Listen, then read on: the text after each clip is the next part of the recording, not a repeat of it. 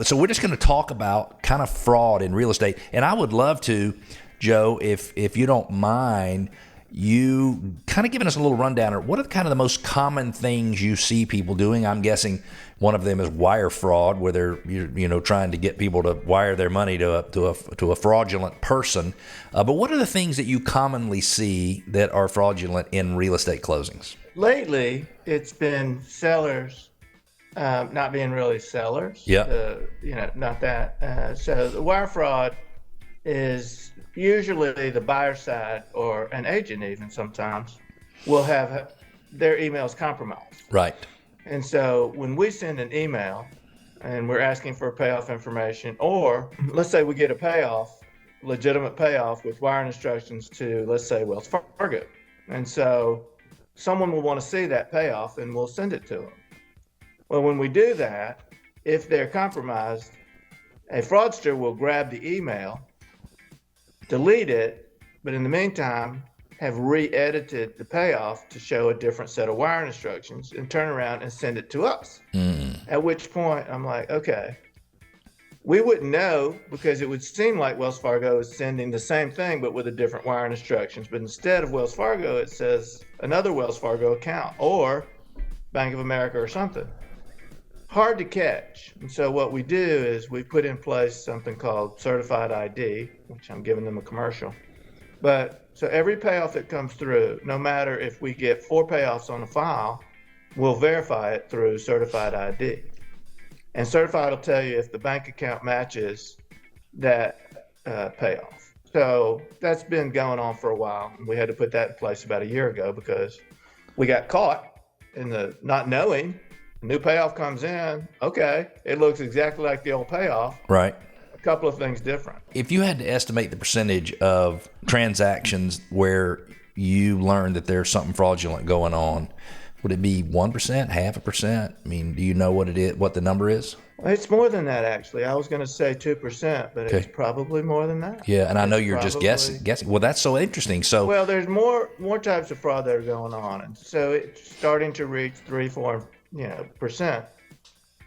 Lately, for a little bit of time now, let's say there's a vacant land out there. Yeah. So a seller will come in, not the real seller, but they'll list the property as if they're the real seller, and then they are coming down, and then they say, okay, and they're in transaction, and an agent will be on there. They've never met the seller, but they believe them. And it gets to us, and we take a look at it, and we're going through the process. And then we go, all right, seller, all right, I'll see it closing. Oh, I can't make it to closing. Okay, well, that's not good. What is your plan?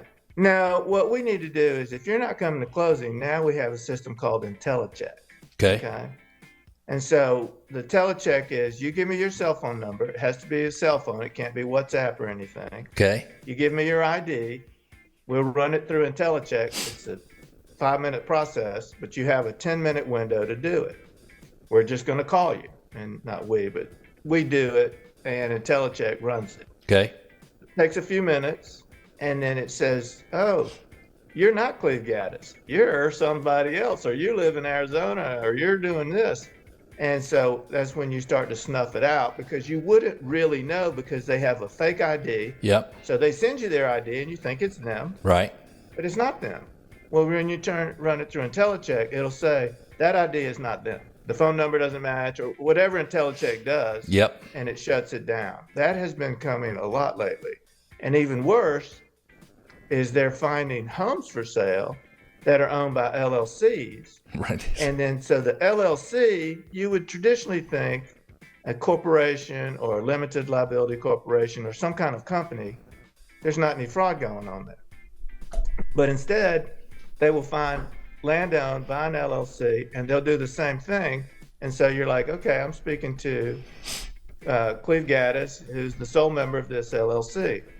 So we look on Secretary of State and we're like, well, there's 2 members. Oh yeah, that other member's not involved anymore. No, that's not how it works. Do you have an operating agreement? No. Okay, well, I'll see you at closing. No, I'm not coming to closing. Okay. I'm going to do an IntelliCheck on you. Yep. I'm a company. I'll just sign a piece of paper. No. We do an IntelliCheck on them. It's not the right person. Yep. And so that person has assumed the entity, the LLC, and they'll send you their wire instructions. And like, well, we're not going to take wire instructions over the phone or in an email. Right. It's really, that to me has been the fastest growing